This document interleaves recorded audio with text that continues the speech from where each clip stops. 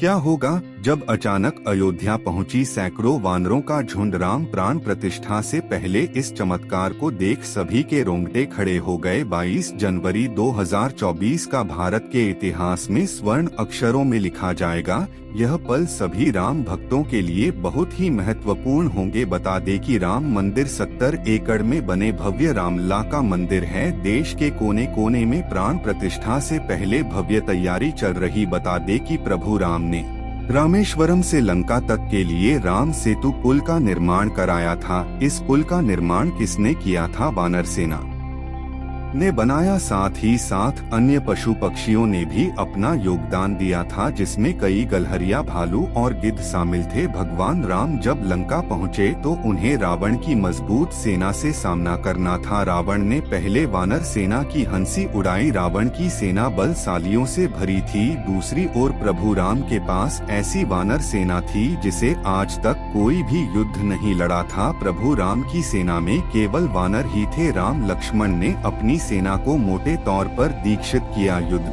के बाद रावण की यह लंबी चौड़ी सेना कहां चली गई पता ही नहीं चला। वाल्मीकि रामायण के अनुसार श्री राम की वानरों की सेना की इस युद्ध में महत्वपूर्ण भूमिका थी। सवाल यह है कि प्रभु श्री राम युद्ध के बाद अयोध्या आ गए। आखिर युद्ध के बाद वानर सेवा का क्या हुआ? सुग्रीव और अंगद का क्या हुआ? वीडियो को अंत तक देखते रहिए। आगे बढ़ने से पहले बहुत बड़े रहस्य से पर्दा उठने जा रहा है।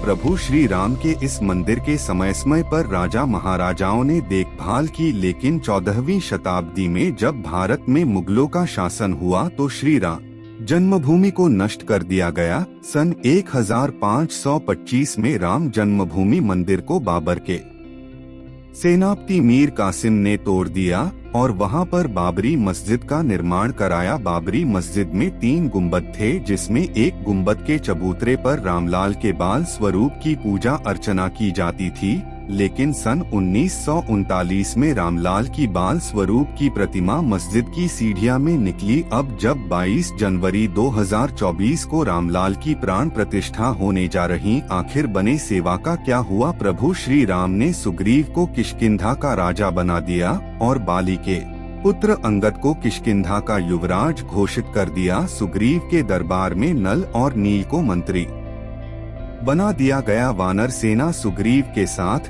किष्किंधा आ गई। किष्किंधा आज भी कर्नाटक की तुंगभद्रा नदी के तट पर बसी है। हनुमान जी प्रभु श्री राम के साथ अयोध्या में ही रह गए। प्रभु राम ने विभीषण को लंका का राजपाट सौंप दिया था।